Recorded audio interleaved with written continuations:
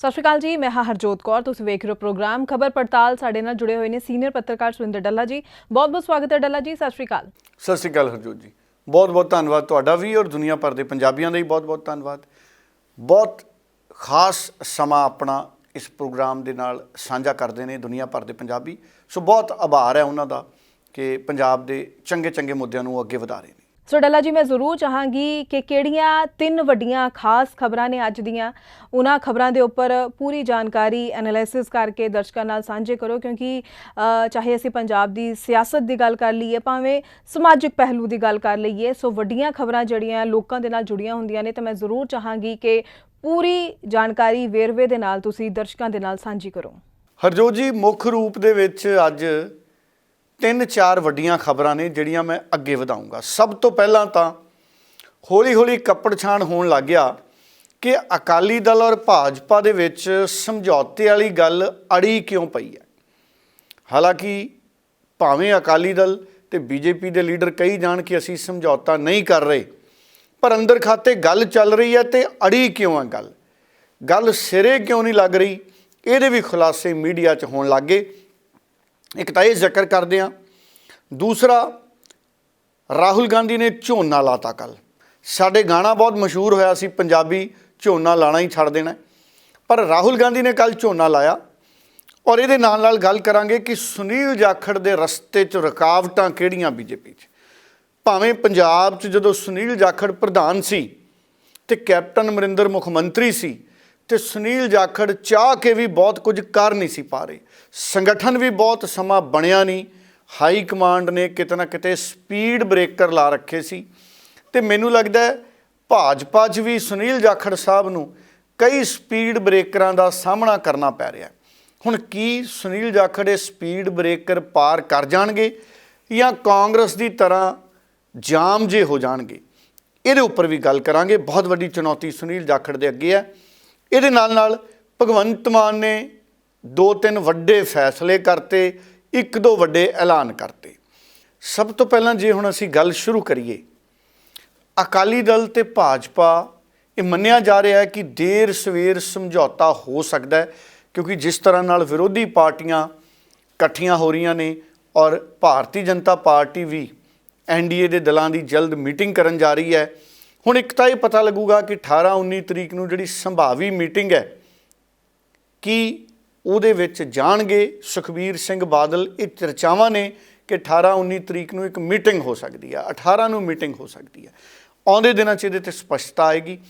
पर जिहड़ा रौला मीडिया दे विच भी आ रहा है, एक मन्ने प्रमन्ने पंजाबी दे अखबार दे विच बड़े सीनियर पत्रकार ने एक रिपोर्ट छापी है, जिहदे विच ओह दावा करदे ने उस रिपोर्ट 'च कि गल इस करके रुक गई अकाली दल और भाजपा दे विच क्योंकि सीटां दी वंड नूं लैके सहमति नहीं बन रही। ये कोई दो राय नहीं है कि जदों अकाली दल दा ते बीजेपी दा तोड़ विछोड़ा होया, 9 मास का रिश्ता जदों वखरा होया, उस वेले अकाली दल पंजाब दे विच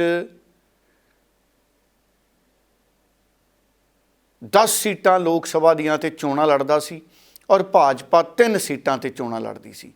और जे असी गल करिए विधान सभा की, तो 23 सीटां ते भारतीय जनता पार्टी ते 117 चों 23 कढ़िए तो 94 के करीब सीटां ते श्रोमणी अकाली दल चोणां लड़दा सी। हुण जे असी गल करिए तो बदले हालातां दे विच भारतीय जनता पार्टी किते ना किते चाह रही है कि असी अपनियां सीटां वधाईए। हालांकि अनऑफिशियल आंकड़े ने जिहड़े गैर अधिकारित आंकड़े ने, किते उहदे च कहा जा रहा कि बीजेपी 41-42 सीटां मंग रही है, अकाली दल 75, अकाली दल नूं 75 देना चाहती है। लोक सभा च भारतीय जनता पार्टी सीधे तौर पर 5 सीटां मंग रही है, तो बाकी 9 सीटां ने वो अकाली दल नूं छड्डना चाहती है। कहंदे अकाली दल, ये भी चर्चावां ने, कहंदे अकाली दल जिवें रिपोर्ट एक बड़े सीनियर पत्रकार की लिखती है, अकाली दल लोक सभा दियां तां होर सीटां 5 सीटां कुल छड्डण नूं तैयार है, आप 9 लैके, पर कहंदे विधान सभा लई अकाली दल नहीं मन रहा। अकाली दल चाहुंदा है कि विधान सभा च उही फार्मूला रवे, 23 थोड़ियां ते बाकी साडियां। असल च अकाली दल की कोशिश ये है कि असी सूबे की सरकार आज़ादी नाल चलाईए जे कल नूं बनदी है। उंज देखिया जावे तो भाजपा ते अकाली दल जदों दे वखरे होए ने, 2022 ਦੀਆਂ ਚੋਣਾਂ ਦੇ ਵਿੱਚ ਵੀ ਇਹਨਾਂ ਦਾ ਬੁਰਾ ਹਾਲ ਹੋਇਆ ਔਰ ਜਿਹੜਾ ਦੋਨਾਂ ਪਾਰਟੀਆਂ ਦਾ ਵੋਟ ਬੈਂਕ ਖਿੰਡਿਆ ਹੈ, ਉਹ ਖਿੰਡੇ ਹੋਏ ਵੋਟ ਬੈਂਕ ਨੇ ਸਿੱਧੇ ਤੌਰ ਤੇ ਆਮ ਆਦਮੀ ਪਾਰਟੀ ਨੂੰ ਫਾਇਦਾ ਦਿੱਤਾ ਹੈ ਤੇ ਆਮ ਆਦਮੀ ਪਾਰਟੀ 92 ਸੀਟਾਂ ਜਿੱਤ ਗਈ ਤੇ ਕਾਂਗਰਸ ਉਹਦਾ ਵੀ ਵੋਟ ਬੈਂਕ ਵੱਡੇ ਪੱਧਰ ਤੇ ਖਿੰਡਿਆ ਤੇ ਆਮ ਆਦਮੀ ਪਾਰਟੀ ਵੱਲ ਮੁੜਿਆ। ਭਾਵੇਂ 18 ਸੀਟਾਂ ਜਿੱਤ ਗਈ ਕਾਂਗਰਸ ਵੀ, ਪਰ ਉਹ 18 ਸੀਟਾਂ ਦੀ ਜਿੱਤ ਕੋਈ ਜਿੱਤ ਮਾਇਨੇ ਨਹੀਂ ਰੱਖਦੀ ਕਿਉਂਕਿ ਕਾਂਗਰਸ 78 80 ਤੋਂ ਮੁੜ ਕੇ 18 ਤੇ ਆਈ ਹੈ ਔਰ ਆਮ ਆਦਮੀ ਪਾਰਟੀ 20 ਤੋਂ ਘਟਦੀ ਦੁਬਾਰਾ 92 ਸੀਟਾਂ ਤੇ ਆਈ ਹੈ। ਹੁਣ ਅਕਾਲੀ ਦਲ ਔਰ ਬੀਜੇਪੀ ਇਸੇ ਗੱਲ ਤੇ ਆਪਸ ਦੇ ਵਿੱਚ ਗੁਪਤ ਚਰਚਾਵਾਂ ਦੇ ਵਿੱਚ ਨੇ। ਇਸ ਤਰੀਕੇ ਦੇ ਕਿਆਸ ਨੇ। ਇਹ ਵੀ ਮੰਨਿਆ ਜਾ ਰਿਹਾ ਕਿ ਜੇ ਹਾਲੇ ਸਮਝੌਤਾ ਨਹੀਂ ਹੁੰਦਾ ਤੇ ਜਿਹੜੀ ਇਹ ਸਮਝੌਤਾ ਹੋਣ ਦੀ ਚਰਚਾ ਹੈ, ਸਮਝੌਤਾ ਹੋਣ ਦਾ ਰੌਲਾ ਹੈ, ਇਹਦੇ ਨਾਲ ਵੀ ਕਿਤੇ ਨਾ ਕਿਤੇ ਦੋਹਾਂ ਪਾਰਟੀਆਂ ਦਾ ਫਾਇਦਾ ਹੈ। ਉਹਦੇ ਨਾਲ ਦੋਵਾਂ ਪਾਰਟੀਆਂ ਦੇ ਜਿਹੜੇ ਵਰਕਰ ਨੇ ਉਹਨਾਂ 'ਚ ਨਵੀਂ ਊਰਜਾ ਆਉਂਦੀ ਹੈ, ਉਹਨਾਂ ਦੇ ਵਿੱਚ ਨਵਾਂ ਜੋਸ਼ ਆਉਂਦਾ ਹੈ। ਸੋ ਸਮਝੌਤੇ ਦੀ ਗੱਲ ਤੋੜ ਕੇ ਰੱਖਣਾ ਵੀ ਅੱਜ ਦੀ ਸਿਆਸਤ ਦੇ ਵਿੱਚ ਫਾਇਦੇਮੰਦ ਮੰਨਿਆ ਜਾਂਦਾ ਹੈ। ਸੋ ਸਮਝੌਤਾ ਕਿਸੇ ਵੇਲੇ ਵੀ ਹੋ ਸਕਦਾ ਹੈ। ਇਹਦੇ ਨਾਲ ਅਕਾਲੀ ਦਲ ਨੂੰ ਵੀ ਫਾਇਦਾ ਹੈ ਔਰ ਭਾਰਤੀ ਜਨਤਾ ਪਾਰਟੀ ਨੂੰ ਵੀ ਫਾਇਦਾ ਹੈ ਔਰ ਭਵਿੱਖ 'ਚ ਇਹ ਗੱਲ ਇੰਨੀ ਜ਼ਿਆਦਾ ਵੱਡਾ ਮੁੱਦਾ ਬਣ ਜਾਣੀ ਹੈ ਕਿ ਇਸ ਤਰ੍ਹਾਂ ਲੱਗਣ ਲੱਗ ਜਾਏਗਾ ਕਿ ਜੇ ਅਕਾਲੀ ਦਲ ਤੇ ਭਾਜਪਾ ਇਕੱਠੇ ਹੋ ਜਾਣ ਤੇ ਲੋਕ ਸਭਾ ਦੇ ਵਿੱਚ ਪੰਜਾਬ 'ਚ ਬਹੁਤ ਵੱਡੀਆਂ ਜਿੱਤਾਂ ਹਾਸਲ ਕਰ ਸਕਦੇ ਨੇ। ਸੋ ਉਸ ਵੇਲੇ ਫਿਰ ਇਹ ਜਾ ਕੇ ਪੋਲੀਟੀਕਲ ਪਾਰਟੀਆਂ ਸਮਝੌਤਾ ਕਰਨਗੀਆਂ।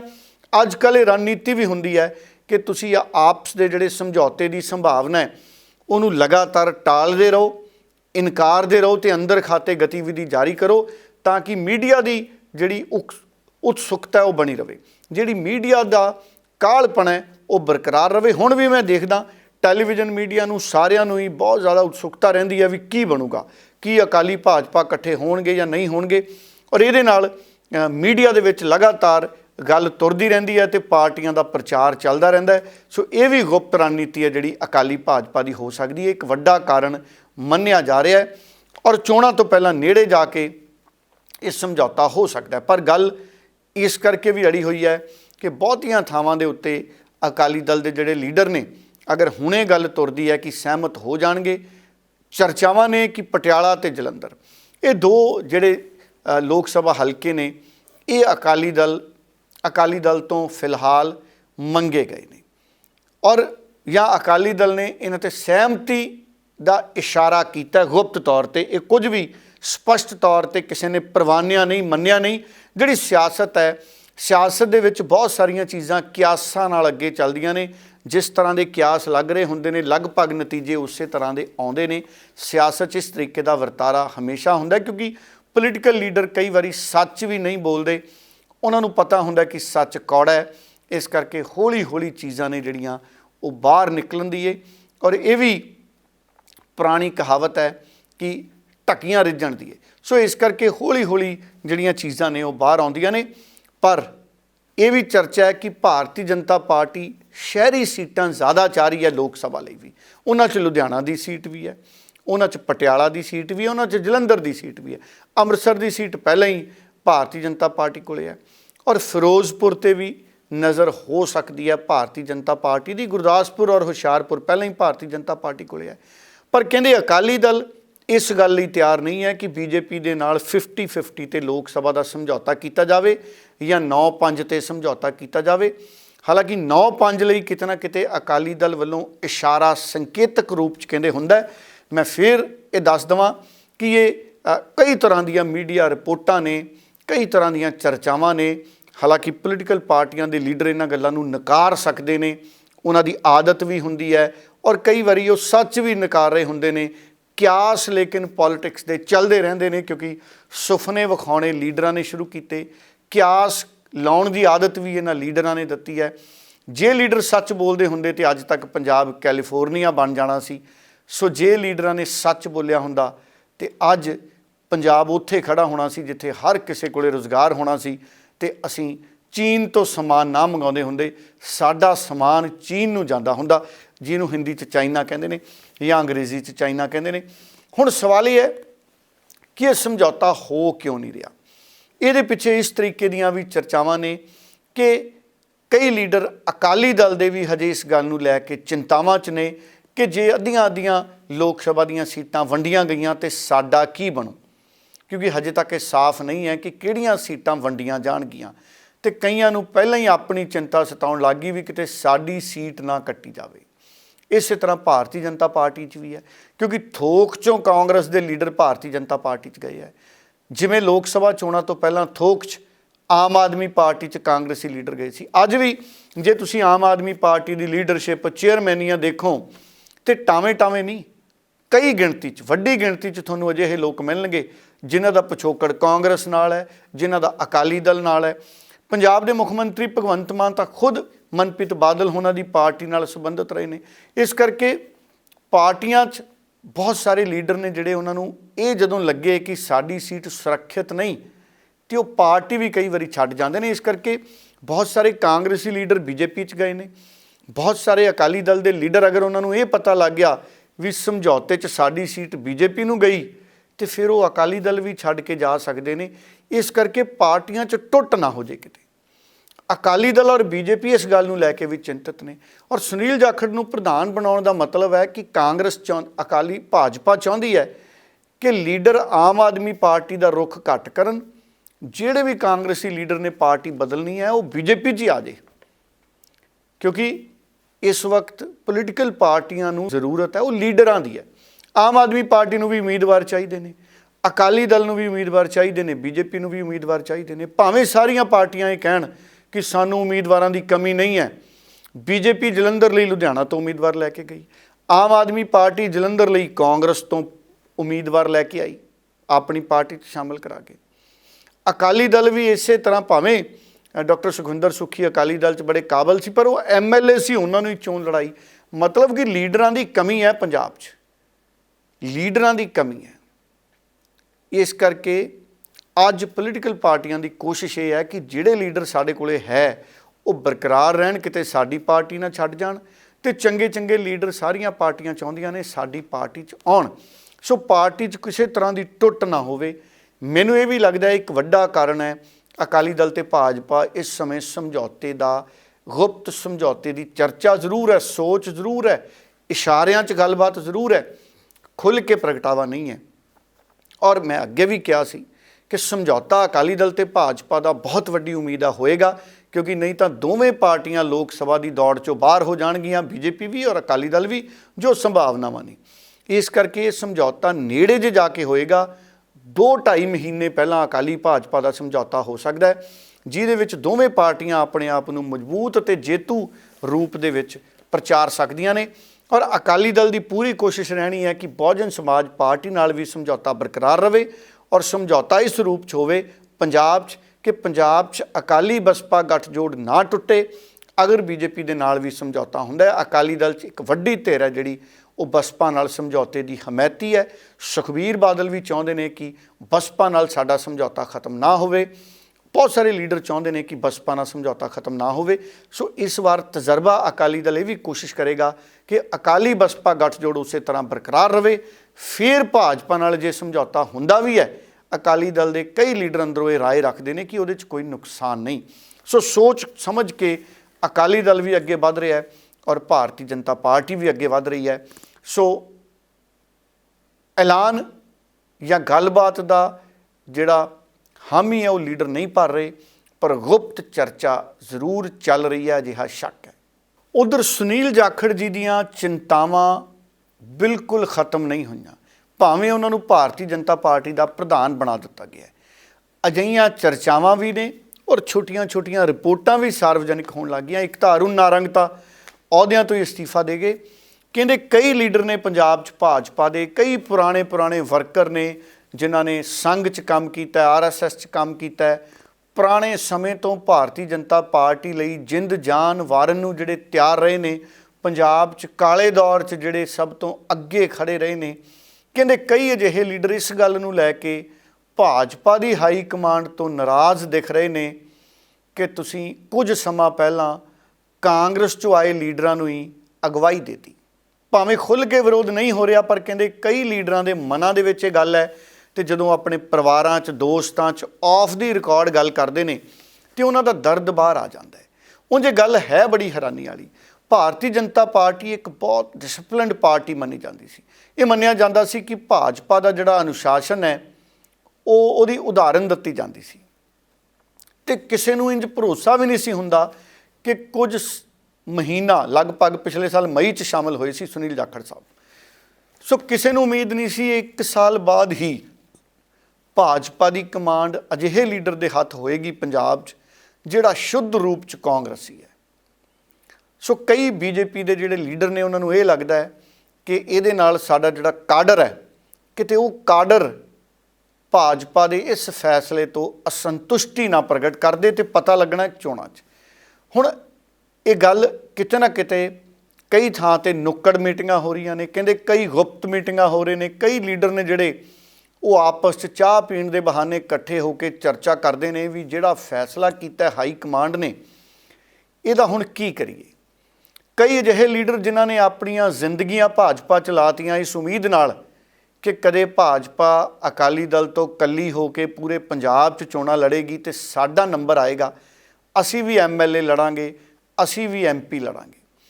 ਹੁਣ ਉਹਨਾਂ ਨੂੰ ਇਹ ਚਿੰਤਾ ਸਤਾਉਣ ਲੱਗ ਗਈ ਵੀ ਕਿਤੇ MP ਉਹ ਲੋਕ ਨਾ ਲੜਨ ਪੰਜਾਬ 'ਚ ਜਿਹੜੇ ਪਹਿਲਾਂ ਕਾਂਗਰਸ 'ਚੋਂ ਲੜੇ ਹੋਣ ਜਾਂ ਕਾਂਗਰਸ ਦੇ ਸਿਟਿੰਗ ਹੋਣ ਜਾਂ ਕਾਂਗਰਸ 'ਚੋਂ ਆ ਜਾਣ। ਹੁਣ ਇੱਕ ਦਿਲਚਸਪ ਸਥਿਤੀ ਵੀ ਬਣ ਸਕਦੀ ਹੈ। ਕਾਂਗਰਸ ਕਾਫੀ ਕੁਝ ਬਦਲਣ ਦੀ ਜੁਗਤ ਦੇ ਵਿੱਚ ਹੈ। ਕਾਂਗਰਸ ਕਿਤੇ ਨਾ ਕਿਤੇ ਨਵਜੋਤ ਸਿੰਘ ਸਿੱਧੂ ਨੂੰ ਵੀ 2024 ਤੋਂ ਪਹਿਲਾਂ ਵੱਡੀ ਭੂਮਿਕਾ ਦੇ ਸਕਦੀ ਹੈ ਕਿਉਂਕਿ ਕਾਂਗਰਸ ਕੋਲੇ ਹੋਰ ਬਹੁਤਾ ਕੁਝ ਬਚਿਆ ਨਹੀਂ ਪੰਜਾਬ 'ਚ ਤਜਰਬਾ ਕਰਨ ਨੂੰ। 2022 'ਚ ਨਵਜੋਤ ਸਿੰਘ ਸਿੱਧੂ ਨੂੰ ਪਿੱਛੇ ਕਰਕੇ ਕਾਂਗਰਸ ਨੇ ਦੇਖ ਲਿਆ ਕਿ ਕਾਂਗਰਸ ਦਾ ਹਾਲ ਕੀ ਹੋਇਆ।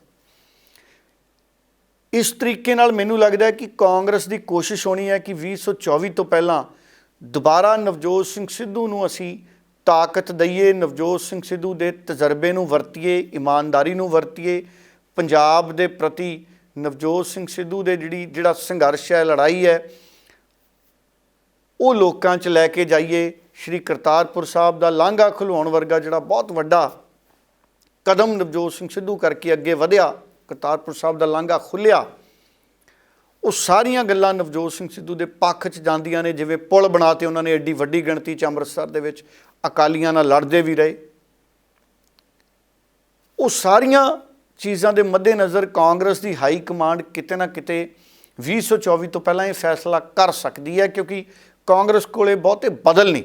ਜਿਹੜੀ ਮੌਜੂਦਾ ਲੀਡਰਸ਼ਿਪ ਹੈ ਕਾਂਗਰਸ ਕੋਲੇ, ਜਿਹੜੇ ਅਹੁਦੇਦਾਰ ਨੇ ਜਿਨ੍ਹਾਂ ਕੋਲੇ ਅਗਵਾਈ ਹੈ, ਉਹਨਾਂ ਦੇ ਵਿੱਚੋਂ ਕਈਆਂ 'ਤੇ ਬੜੇ ਗੰਭੀਰ ਦੋਸ਼ ਨੇ, ਕਰਪਸ਼ਨ ਦੇ ਦੋਸ਼ ਨੇ, ਕਈਆਂ 'ਤੇ ਕੇਸ ਚੱਲਦੇ ਨੇ, ਕਈ ਜੇਲ੍ਹ ਜਾ ਆਏ, ਕਈ ਵਿਜੀਲੈਂਸ ਅੱਗੇ ਪੇਸ਼ੀਆਂ ਭੁਗਤ ਰਹੇ ਨੇ।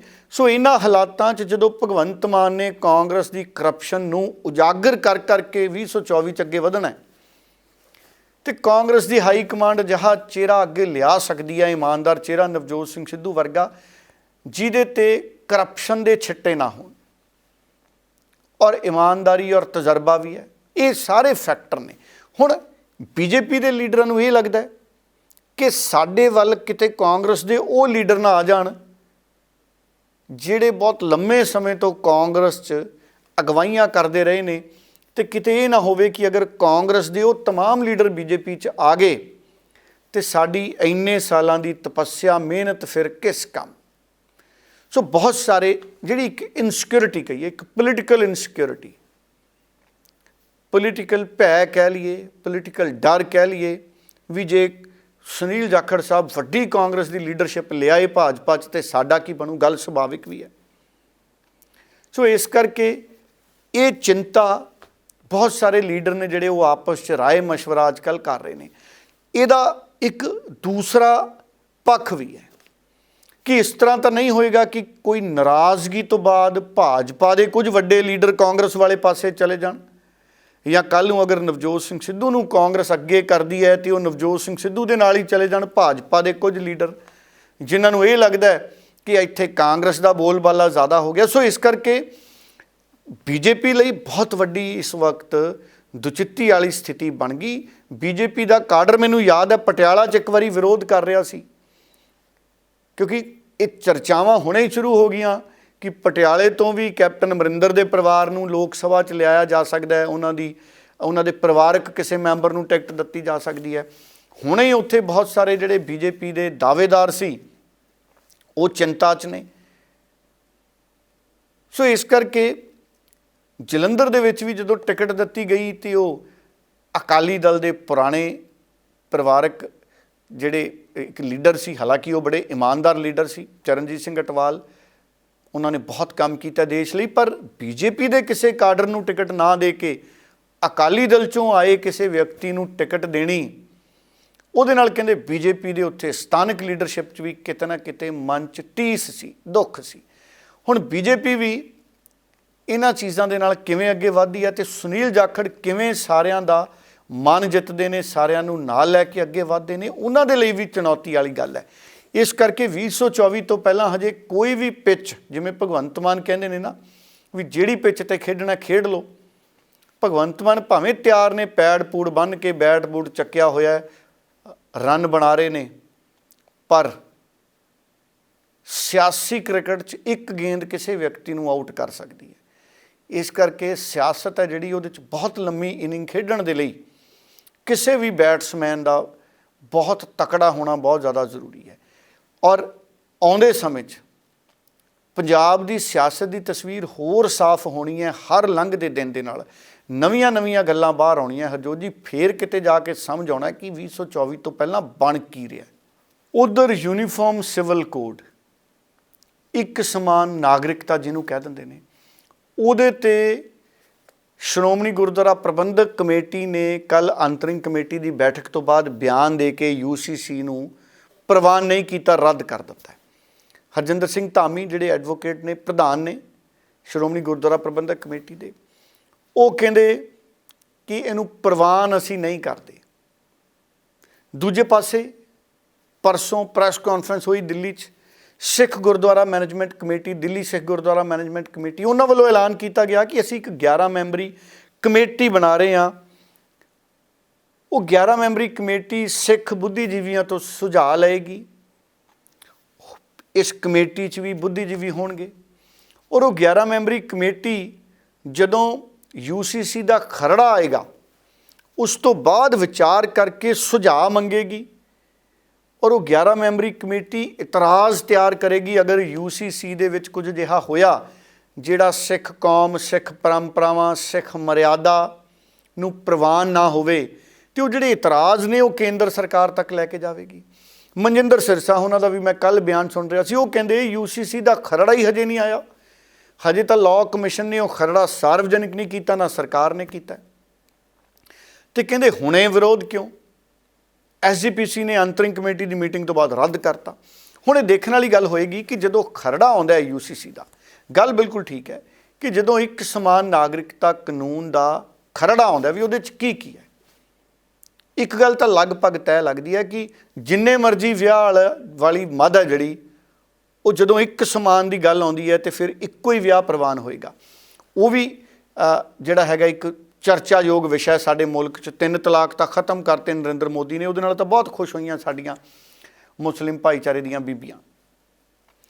ਹੁਣ ਸਵਾਲ ਇਹ ਹੈ ਕਿ UCC ਦਾ ਖਰੜਾ ਕੀ ਹੈ, ਉਹਦਾ ਇੰਤਜ਼ਾਰ ਕਰਨਾ ਪਏਗਾ, ਉਸ ਤੋਂ ਬਾਅਦ ਹੀ ਉਹਦੇ 'ਤੇ ਜ਼ਿਆਦਾ ਬਹਿਸ ਕੀਤੀ ਜਾ ਸਕਦੀ ਹੈ। ਉਂਝ ਅਗਰ ਧਾਰਮਿਕ ਪਰੰਪਰਾਵਾਂ, ਮਰਿਆਦਾਵਾਂ ਨੂੰ UCC ਦੇ ਦਾਇਰੇ 'ਚ ਨਾ ਲਿਆਂਦਾ ਗਿਆ ਤੇ ਸਿੱਧੀ ਲੈਂਡ ਆਰਡਰ ਜਾਂ ਉਹ ਸਾਰੇ ਕਾਨੂੰਨ ਅਧਿਕਾਰ ਸਾਰਿਆਂ ਨੂੰ ਜਦੋਂ ਬਰਾਬਰ ਮਿਲਣਗੇ, ਤੇ ਮੈਨੂੰ ਲੱਗਦਾ ਹੈ ਕਿ ਅਗਰ ਧਾਰਮਿਕ ਵਿਰੋਧਤਾ ਨਾ ਆਈ ਉਹਦੇ 'ਚ ਜਾਂ ਅਜਿਹੇ ਮੁੱਦੇ ਨਾ ਛੇੜੇ ਗਏ, ਤੇ ਫਿਰ ਕਿਸੇ ਨੂੰ ਕੋਈ ਬਹੁਤਾ ਜ਼ਿਆਦਾ ਇਤਰਾਜ਼ ਨਹੀਂ ਹੋਣਾ UCC ਦਾ।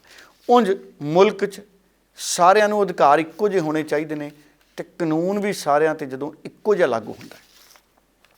ਔਰ ਇਹਦੇ ਨਾਲ ਅਖੀਰ 'ਚ ਮੈਂ ਗੱਲ ਇਹ ਜ਼ਰੂਰ ਕਰੂੰਗਾ ਹਰਜੋਤ ਜੀ ਕਿ ਭਗਵੰਤ ਮਾਨ ਨੇ ਕੁਝ ਵੱਡੇ ਫੈਸਲੇ ਕੀਤੇ ਨੇ, ਐਲਾਨ ਕੀਤੇ ਨੇ। ਉਸ ਤੋਂ ਪਹਿਲਾਂ ਕੱਲ੍ਹ ਸਵੇਰੇ ਸ਼ਿਮਲਾ, ਕਹਿੰਦੇ ਹਿਮਾਚਲ ਜਾ ਰਹੇ ਸੀ ਰਾਹੁਲ ਗਾਂਧੀ, ਸੋਨੀਪਤ ਰੁਕ ਗਏ, ਉੱਥੇ ਪਿੰਡ ਲਾਗੇ ਰੁਕ ਗਏ ਤੇ ਝੋਨਾ ਲਾਇਆ ਰਾਹੁਲ ਗਾਂਧੀ ਨੇ ਵੀ। ਸੋ ਖੇਤੀਬਾੜੀ ਦੇ ਪ੍ਰਤੀ ਉਹਨਾਂ ਦੀ ਦਿਲਚਸਪੀ ਬਣੀ ਹੈ। ਕੁਝ ਦਿਨ ਪਹਿਲਾਂ ਟਰੱਕ 'ਤੇ ਵੀ ਸਵਾਰ ਹੋਏ ਸੀ ਰਾਹੁਲ ਗਾਂਧੀ। ਉਂਝ ਜਦੋਂ ਮੋਗੇ 'ਚ ਰੈਲੀ ਸੀ ਕਿਸਾਨਾਂ ਦੀ ਖੇਤੀ ਬਿੱਲਾਂ ਦੇ ਵਿਰੋਧ ਦੇ ਵਿੱਚ, ਉਦੋਂ ਵੀ ਟਰੈਕਟਰ 'ਤੇ ਬੈਠੇ ਸੀ ਰਾਹੁਲ ਗਾਂਧੀ। ਸੋ ਹੁਣ ਕੱਲ੍ਹ ਝੋਨਾ ਲਾਇਆ ਖੇਤ 'ਚ, ਤੇ ਪਾਣੀ 'ਚ ਖੜ੍ਹੇ ਸੀ ਖੇਤ ਵਾਲੇ 'ਚ ਪੈਂਟ ਉੱਤੇ ਚੱਕ ਕੇ। ਸੋ ਟਰੈਕਟਰ ਵੀ ਚਲਾਇਆ, ਸੋ ਝੋਨਾ ਲਾਇਆ, ਤੇ ਕਾਂਗਰਸੀ ਬੜੇ ਖੁਸ਼ ਸੀ ਵੀ ਦੇਖੋ ਰਾਹੁਲ ਗਾਂਧੀ ਨੇ ਝੋਨਾ ਲਾਤਾ। ਤੇ ਖੁਸ਼ੀ ਵੀ ਹੁੰਦੀ ਹੈ ਜਦੋਂ ਕੋਈ ਲੀਡਰ ਆਪ ਪੈਂਟ ਦੇ ਪਹੁੰਚੇ ਉੱਤੇ ਕਰਕੇ ਕੱਦੂ ਵਾਲੇ ਖੇਤ 'ਚ ਵੜ ਜੇ ਤੇ ਬਾਅਦ 'ਚ ਝੋਨਾ ਲਾਵੇ। ਸੋ ਝੋਨਾ ਲਾਇਆ ਰਾਹੁਲ ਗਾਂਧੀ ਨੇ। ਮੈਂ ਕਹੂੰਗਾ ਪੋਲੀਟੀਕਲ ਕਿਸਾਨ ਵੀ ਨਜ਼ਰ ਆਏ ਕੱਲ ਰਾਹੁਲ ਗਾਂਧੀ। ਪੋਲੀਟੀਕਲ ਕਿਸਾਨ ਕਹਿ ਸਕਦੇ ਹਾਂ ਕਿਉਂਕਿ ਪੱਕੇ ਕਿਸਾਨ ਤਾਂ ਨਹੀਂ ਹੈ। ਹੋ ਸਕਦਾ ਹੈ ਕਿ ਰਾਹੁਲ ਗਾਂਧੀ ਦਾ ਖੇਤੀ ਪ੍ਰਤੀ ਮੋਹ ਜਾਗੇ, ਕੁਝ ਏਕੜ ਜ਼ਮੀਨ ਲੈ ਲੈਣੀ ਚਾਹੀਦੀ ਰਾਹੁਲ ਗਾਂਧੀ ਨੂੰ ਵੀ, ਬੀਜਿਆ ਕਰਨ ਸਾਰੀਆਂ ਫਸਲਾਂ ਬਾਰੋ ਬਾਰੀ, ਉਹਦੇ ਨਾਲ ਤਜਰਬਾ ਆਉਂਦਾ, ਉਹ ਵੀ ਕਿਸਾਨੀ ਦੀ ਆਰਥਿਕਤਾ ਸਮਝਣਗੇ। ਹੁਣ ਭਗਵੰਤ ਮਾਨ ਨੇ ਕੱਲ ਇੱਕ ਨੰਬਰ WhatsApp ਜਾਰੀ ਕਰਤਾ, ਇੱਕ ਟੈਲੀਫੋਨ ਨੰਬਰ, ਕਹਿੰਦੇ ਸੁਝਾਅ ਭੇਜੋ ਉਦਯੋਗਪਤੀਆਂ ਨੂੰ, ਕਹਿੰਦੇ ਲੋਕਾਂ ਨੂੰ, ਕਹਿੰਦੇ ਵੀ ਇੰਡਸਟਰੀ ਨੂੰ ਆਪਾਂ ਕਿਵੇਂ ਉੱਚੇ ਚੱਕਣਾ। ਉਹਦੇ ਲਈ ਉਹਨਾਂ ਨੇ ਸੁਝਾਅ ਮੰਗੇ ਹੈ। ਇਹਦੇ ਲਈ ਮੈਂ ਵੀ ਉਹਨਾਂ ਨੂੰ ਜ਼ਰੂਰ ਸੁਝਾਅ ਭੇਜੂੰਗਾ। ਉਹਨਾਂ ਦਾ ਈਮੇਲ ID ਹੈ ਜਿਹੜਾ punjabconsultation@gmail.com। ਔਰ ਉਹਨਾਂ ਨੇ ਗੱਲ ਕੀਤੀ, ਕਹਿੰਦੇ ਦੇਖੋ 35 ਸਾਲਾਂ 'ਚ ਪਹਿਲੀ ਵਾਰੀ ਹੋਇਆ ਕੱਸੀਆਂ ਦਾ ਪਾਣੀ, ਚੂਆਂ ਦਾ ਪਾਣੀ ਖੇਤਾਂ 'ਚ ਪਹੁੰਚ ਗਿਆ। ਵੈਸੇ ਤਾਂ ਪਹਿਲਾਂ ਵੀ ਕਈ ਵਾਰੀ ਪਹੁੰਚਦਾ, ਪਰ ਠੀਕ ਹੈ ਭਗਵੰਤ ਮਾਨ ਉਹਨਾਂ ਦੀ ਸਰਕਾਰ ਨੇ ਇਹਦੇ 'ਤੇ ਵੀ ਕੰਮ ਕੀਤਾ, ਚੰਗੀ ਗੱਲ ਹੈ। ਬਾਕੀ ਇਸ਼ਤਿਹਾਰ ਕੱਲ੍ਹ ਫੇਰ ਛਪੇ, ਮੈਂ ਅਖਬਾਰਾਂ 'ਚ ਦੇਖੇ ਜ਼ੀਰੋ ਬਿੱਲਾਂ ਵਾਲੇ। ਸੋ ਜ਼ੀਰੋ ਬਿੱਲਾਂ ਦੇ ਕਹਿੰਦਾ 1 ਸਾਲ ਹੋ ਗਿਆ, ਉਹਦੇ ਵੀ ਇਸ਼ਤਿਹਾਰ ਆ ਗਏ ਵੀ 1 ਸਾਲ ਹੋ ਗਿਆ। ਉਂਝ ਮੈਂ ਇਹ ਵੀ ਖਬਰਾਂ ਪੜ੍ਹੀਆਂ ਕਿ ਪਾਵਰਕੌਮ ਵਾਲੇ ਬੜੇ ਔਖੇ ਨੇ, ਕਰਜ਼ਾ ਕੁਰਜ਼ਾ ਮਿਲਣਾ ਉਹਨਾਂ ਨੂੰ ਔਖਾ ਹੋਇਆ ਪਿਆ, ਤੇ ਸਰਕਾਰੀ ਮਹਿਕਮਿਆਂ ਦੇ ਬਿੱਲ ਬੜੇ ਬਕਾਏ ਨੇ। ਭਗਵੰਤ ਮਾਨ ਸਾਹਿਬ ਹੁਕਮ ਮਾਰੋ, ਜਿੰਨੇ ਸਰਕਾਰੀ ਮਹਿਕਮੇ ਨੇ ਘੱਟੋ ਘੱਟ ਉਹ ਤਾਂ ਬਿੱਲ ਦੇ ਦੇਣ। ਆਮ ਘਰਾਂ 'ਚ ਬਿੱਲ ਜਿਹੜਾ ਹੈਗਾ 600 ਯੂਨਿਟ ਮਾਫ ਸੀ, ਕਹਿੰਦੇ ਸਰਕਾਰੀ ਮਹਿਕਮੇ ਵਾਲੇ ਬਿੱਲ ਨਹੀਂ ਦੇ ਰਹੇ ਪਾਵਰਕੌਮ ਨੂੰ। ਕਈ ਸਰਕਾਰੀ ਮਹਿਕਮੇ ਆ ਜਿਨ੍ਹਾਂ ਦੇ ਬਿੱਲ ਬਕਾਏ ਪਏ ਨੇ। ਸੋ ਜ਼ਰੂਰ ਇਸ ਪਾਸੇ ਸੋਚੋ, ਕਿਤੇ ਪਾਵਰਕੌਮ ਜ਼ਿਆਦਾ ਔਖੀ ਨਾ ਹੋ ਜਾਏ, ਫਿਰ ਕੱਟ ਲੱਗਣਗੇ। ਕੱਟ ਉਂਝ ਹੁਣ ਵੀ ਬੜੇ ਲੱਗ ਰਹੇ ਨੇ। ਪਿਛਲੇ ਲਗਭਗ 10-15 ਦਿਨਾਂ ਤੋਂ ਮੈਂ ਤਾਂ ਨਹੀਂ ਕੋਈ ਅਜਿਹੀ ਰਾਤ ਕੱਟੀ ਜਦੋਂ ਬਿਜਲੀ ਦਾ ਕੱਟ ਨਾ ਲੱਗਦਾ ਹੋਵੇ, ਭਾਵੇਂ ਮੈਂ ਲੁਧਿਆਣੇ ਹੋਵਾਂ ਭਾਵੇਂ ਮੋਹਾਲੀ। ਸੋ ਸਾਰੀ ਜਗ੍ਹਾ ਕੱਟਾਂ ਦਾ ਸਾਹਮਣਾ ਕਰਨਾ ਪੈਂਦਾ। ਸੋ ਕੱਟਾਂ ਤੋਂ ਬਚਣ ਦੀ ਲੋੜ ਹੈ। ਉਂਝ ਭਗਵੰਤ ਮਾਨ ਉਹਨਾਂ ਨੇ ਜਿਹੜਾ ਐਲਾਨ ਕੀਤਾ ਉਹ ਚੰਗਾ ਕੀਤਾ ਕਿ ਸੁਝਾਅ ਦਿਓ, ਆਪਾਂ ਇੰਡਸਟਰੀ ਨੂੰ ਵੀ ਤਕੜੇ ਕਰੀਏ, ਜ਼ਰੂਰ ਕਰਨਾ ਚਾਹੀਦਾ। ਔਰ ਬਾਬਾ ਫਰੀਦ ਯੂਨੀਵਰਸਿਟੀ ਫਰੀਦਕੋਟ, ਉਹਦੀ ਮੈਨੇਜਮੈਂਟ ਦੇ ਚੇਅਰਮੈਨ ਲਾਤੇ ਡਾਕਟਰ ਗੁਰਪ੍ਰੀਤ ਸਿੰਘ ਵਾਂਡਰ, ਜਿਨ੍ਹਾਂ ਨੂੰ ਪਹਿਲਾਂ ਵਾਈਸ ਚਾਂਸਲਰ ਲਾਉਣਾ ਚਾਹ ਰਹੇ ਸੀ ਭਗਵੰਤ ਮਾਨ, ਤੇ ਗਵਰਨਰ ਸਾਹਿਬ ਨੇ ਫਾਈਲ ਮੋੜੀ। ਹੁਣ Baba Farid medical sciences and university ਦੀ ਜਿਹੜੀ ਮੈਨੇਜਮੈਂਟ ਹੈ, ਉਸ ਮੈਨੇਜਮੈਂਟ ਦੇ ਬੋਰਡ ਦੇ ਚੇਅਰਮੈਨ ਲਗਾ ਦਿੱਤੇ ਗਏ ਨੇ ਡਾਕਟਰ ਗੁਰਪ੍ਰੀਤ ਸਿੰਘ ਵਾਂਡਰ। ਮਤਲਬ ਹੁਣ ਵਾਈਸ ਚਾਂਸਲਰ ਉੱਥੇ ਹੁਣ ਵੀ ਕੋਈ ਹੋਰ ਲੱਗੇਗਾ ਜਦੋਂ ਲੱਗੇਗਾ। ਔਰ ਪੰਜਾਬ ਦੇ ਗਵਰਨਰ ਨੇ ਹੁਣ ਪ੍ਰਵਾਨਗੀ ਦਿੱਤੀ ਹੈ। ਮੈਂ BJP ਦੇ ਲੀਡਰਾਂ ਦੀ ਗੱਲ ਸੁਣ ਰਿਹਾ ਸੀ, ਉਹ ਕਹਿੰਦੇ ਹੁਣ ਭਗਵੰਤ ਮਾਨ ਸਾਹਿਬ ਨੇ ਰੂਲਜ਼ ਫੋਲੋ ਕਰਕੇ ਮਨਜ਼ੂਰੀ ਲਈ ਹੈ। ਤੇ ਪਿਛਲੀ ਵਾਰੀ ਗਵਰਨਰ ਸਾਹਿਬ ਨੇ ਇਸ ਕਰਕੇ ਨਿਯੁਕਤੀ ਨਹੀਂ ਸੀ ਮੰਨੀ ਕਿ ਰੂਲਜ਼ ਨਹੀਂ ਫੋਲੋ ਕੀਤੇ ਗਏ। ਆਮ ਆਦਮੀ ਪਾਰਟੀ ਦੇ ਲੀਡਰ ਨੇ, ਕੋਈ ਵੀ ਡਾਕਟਰ ਸਾਹਿਬ ਨੇ, ਉਹ ਕਹਿੰਦੇ ਕਿ ਭਾਜਪਾ ਜਾਣਬੁੱਝ ਕੇ ਗਵਰਨਰ ਸਾਹਿਬ ਕੋਲੋਂ ਆਪ ਦੇ ਫੈਸਲਿਆਂ ਦਾ ਵਿਰੋਧ ਕਰਾਉਂਦੀ ਹੈ, ਭਾਜਪਾ ਗਵਰਨਰਾਂ ਨੂੰ ਵਰਤਦੀ ਹੈ। ਸੋ ਇਸ ਤਰੀਕੇ ਦੇ ਤਕਰਾਰ ਵੀ ਚੱਲਦੇ ਰਹਿੰਦੇ ਨੇ। ਪਰ ਡਾਕਟਰ ਗੁਰਪ੍ਰੀਤ ਸਿੰਘ ਵਾਂਡਰ ਇੱਕ ਸਿਆਣੇ ਡਾਕਟਰ ਨੇ, ਦਿਲ ਦੇ ਰੋਗਾਂ ਦੇ ਡਾਕਟਰ ਨੇ, ਕਾਰਡੀਓਲੋਜਿਸਟ ਕਹਿੰਦੇ ਨੇ ਜਿਨ੍ਹਾਂ ਨੂੰ। ਸੋ ਮੰਨੇ ਪ੍ਰਮੰਨੇ ਡਾਕਟਰ ਨੇ, ਉਹਨਾਂ ਨੂੰ ਵੀ ਸ਼ੁਭ ਕਾਮਨਾਵਾਂ। ਉਮੀਦ ਕਰਦੇ ਹਾਂ ਕਿ ਸਿਹਤ ਖੇਤਰ 'ਚ ਵੀ ਸਰਕਾਰ ਚੰਗਾ ਕੰਮ ਕਰੂਗੀ। ਸਿਵਾਏ ਇਕੱਲੇ ਮੁਹੱਲਾ ਕਲੀਨਿਕਾਂ ਨਾਲ ਗੱਲ ਨਹੀਂ ਤੁਰਨੀ ਸਿਹਤ ਵਾਲੀ। ਮੁਹੱਲਾ ਕਲੀਨਿਕ ਬਹੁਤ ਚੰਗਾ ਉੱਦਮ ਹੈ, ਟੈਸਟ ਫ੍ਰੀ ਹੁੰਦੇ ਨੇ, ਪਰ ਡਿਸਪੈਂਸਰੀਆਂ 'ਚ ਵੀ ਬਹੁਤ ਸਾਰੇ ਇਲਾਜ ਹੋ ਸਕਦੇ ਨੇ ਜਿਹੜੇ ਨਹੀਂ ਹੋ ਰਹੇ।